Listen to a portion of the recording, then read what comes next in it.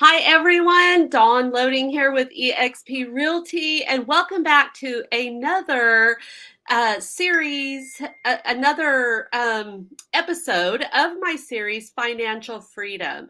I am a real estate agent, and this year I wanted to bring something to the table for all of my clients, all of my friends, everyone, and really help them to establish financial freedom in every way that is. And so my guest today is Fred Cludius from Cludius Law here in New Braunfels, Texas. And today we are, or this month for him, Fred's joining me every month. So this is his third episode with me, and it's just been great. And you can see all the replays and just follow the series where through October we will be doing this series. Today, however, we are talking about what is a trust. So, Fred, thank you so much for joining us. Glad to be here. I'm glad to help out to see if we can give a little bit of education here about trust. Great. Yeah, definitely. There's just so much information out there. And so I really am grateful knowing that I can trust you with my own business and my own family and friends. And you just really know what you're doing. And I'm so grateful to have you in my sphere. So let's get started. Fred has some slides we're going to share today and talk about what is a trust? And so, if anyone is watching the episode live and you have any questions, please just post them in the comments and I will ask them to Fred for you. And we will just get started. So, there we go.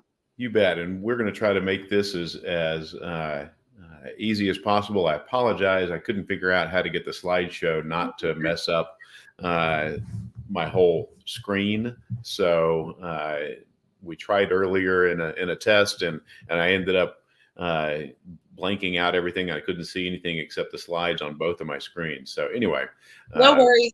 enough of that. Yeah, no worries. I think everybody knows. I think the one thing COVID has done for us is give us all a little bit of grace when dealing with technology and Zooms. Yeah. So a lot of people think, a trust, heck, that must be just for rich people.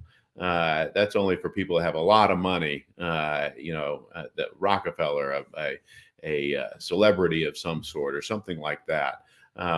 Well, I'm here to tell you that a trust is something that everybody can use, and it is a alternative to a will when you're doing estate planning. So exactly, what is a trust, and what does it do for you? Why is it an alternative to a will? So trust can be pretty confusing sometimes, but really the best thing legally, we know that a trust is a contract. That's what it is. So it follows contract law. It's drafted as a contract, but you really can think of a trust as a bucket. Conceptually, just think of it as a bucket, and you put your property in that bucket, and then that bucket is handled the way the contract, the trust, says you handle it. So a trust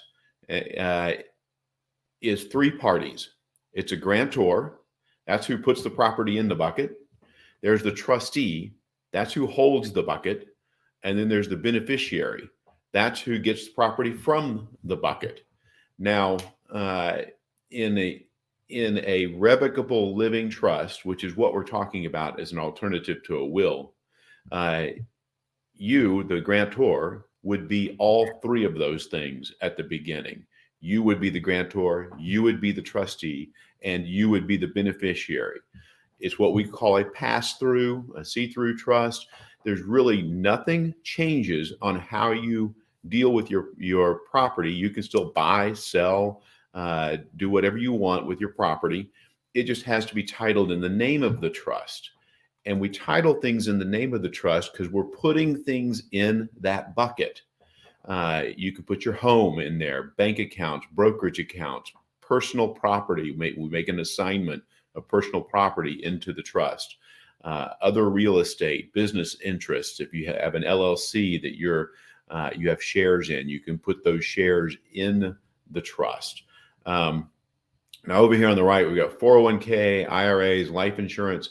Those are handled a little bit differently just because of the laws involving some of those assets.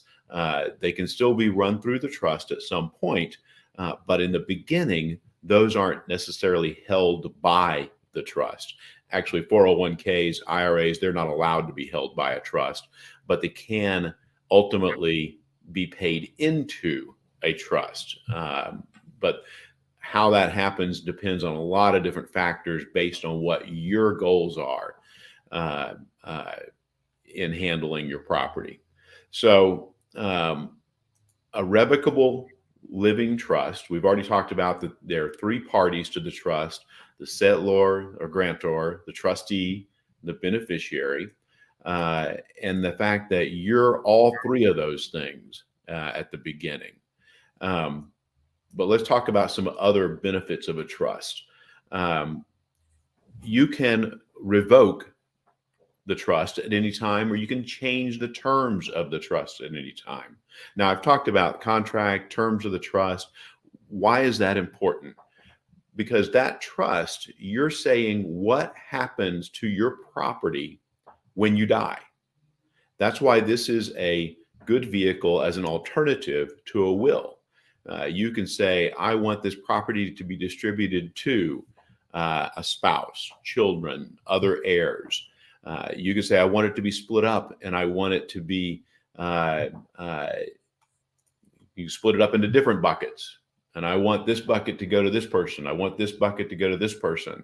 But what you can do beyond that is say how that property is treated. You can allow the property to go outright to an heir, or you can say, you know what, I've got a young kid. He's 18, 19 years old. I really don't want him to get a decent sum of money all at once.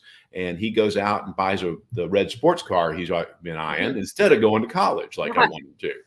So you can say, hey, this money is going to stay in trust for you to get an education. And the trustee, which at that point can be somebody different.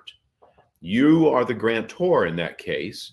Your child is the beneficiary, and you can have somebody else managing that trust Someone and you making trust. sure. I'm sorry.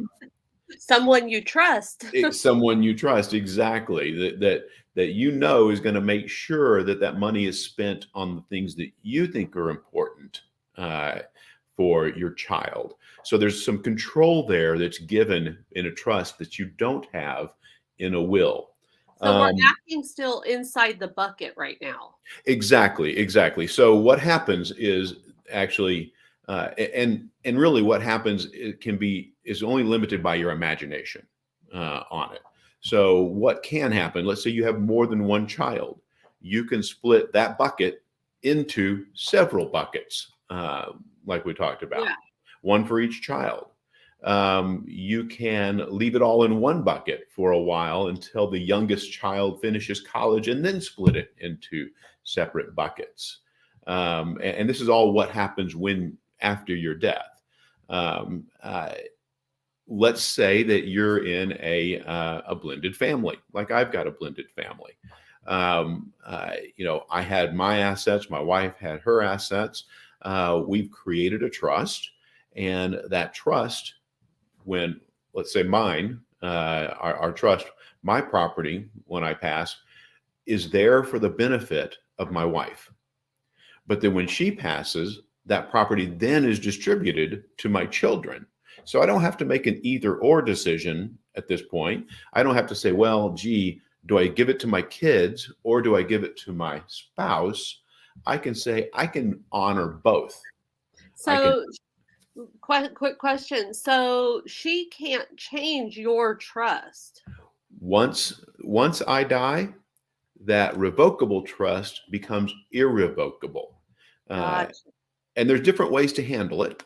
You can have a joint trust, and then the property splits into two trusts upon the first person's death.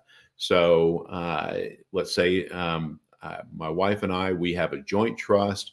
And then when one of us dies, the property actually splits. Her property is in her trust, my property is in my trust.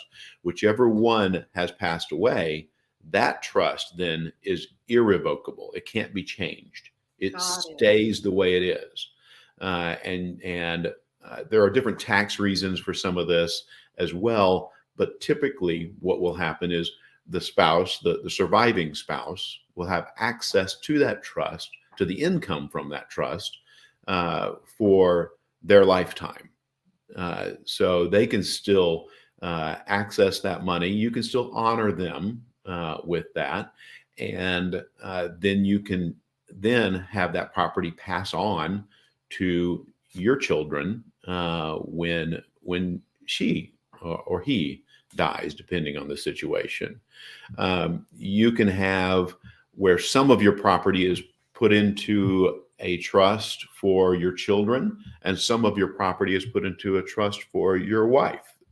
Again, when I say that your imagination is really your Yeah. only limit, I really mean that. But it allows for you to do a lot of different things that you can't do with a will. And it really, I think it's a great vehicle for everyone. But where I think it really shines is when we're dealing with blended families that have, you might have his, hers, and maybe even an ours on children. So Well, you need to yeah. kind I of mean, figure out. I'm watching this and really thinking of my own self because, as we all know, this is the year. I have promised Fred by the end of the year, mine's going to be all set up and done. So I'm thinking this would be a better option for my husband and I, being as our property is still in my in-laws' name, and we have property and we're planning to have a guest house and then live on it for their retirement, but it's just a lot of stuff going on, and so we can really do everything we want to do inside of this trust. Exactly, exactly. Okay, I love it. And even I put on there, if you have an heir that has special needs, Mm, if you have a special needs child that may or may not be working and may or may not have access to government benefits, you can use a trust, passing property in a trust to them when you die, so that they can still have access to those benefits in a special needs trust. That's another way to set up uh, uh, your trust so that when you pass away, then this person can be taken care of in a special needs trust as well. So that's I'm, another benefit to this. I'm gonna need a bucket for my animals.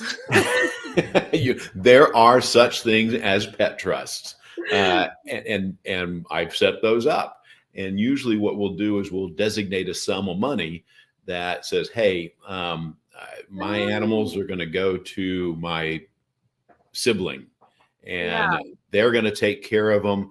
But this money is to provide for them." And then, once my pets pass away, then if this money is not all used up, then put it back into the rest of the trust to be distributed to my children, or however, or a charity or something. You can have it distributed to a charity as well. But there are such things as pet trusts.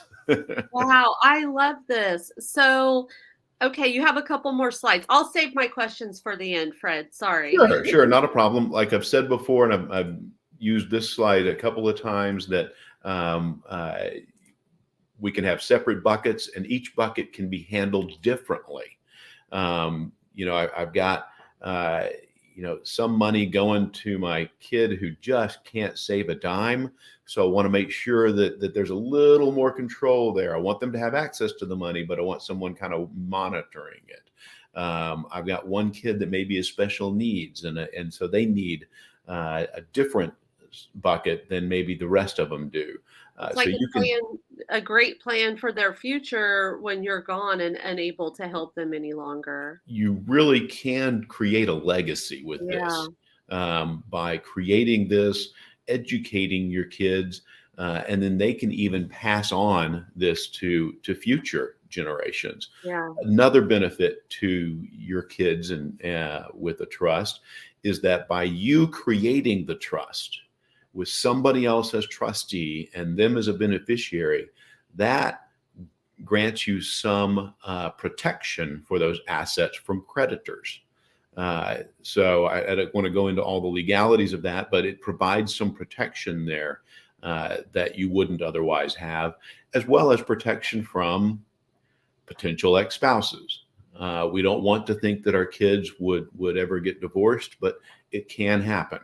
And so this would protect their inheritance as well, to keep that from being accessed as part of the divorce assets. So the other thing, though, that I really think is important is that this trust allows privacy. If you pass things through a will, or if you don't have any sort of plan and it has to go through what we call intestacy or an intestate estate, you're going to go to the courthouse, or your heirs are going to go to the courthouse, and they're going to file the probate action, and that probate action is public record. Anybody can go down and take a look at it. And a lot of times nowadays we can pull it up on a computer even by accessing those documents. Anybody can go down to the courthouse and they can listen in to the hearings. If you've ever been in probate court, you know that that's open court. Anybody can walk in and know who's getting property. And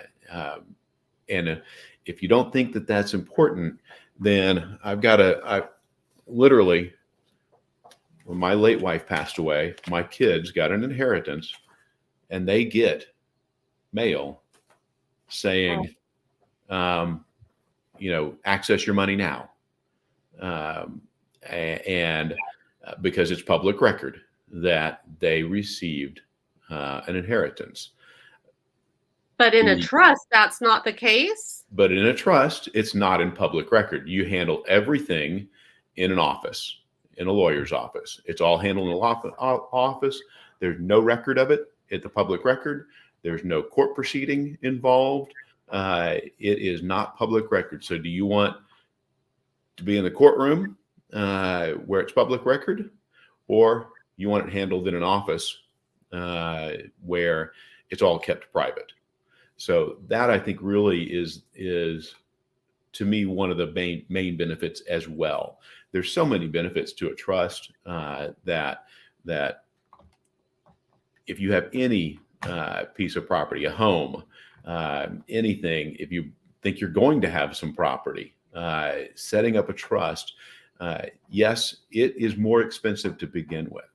I'll be straight up on that. However, in the long run, it's going to be less expensive because you're avoiding the probate.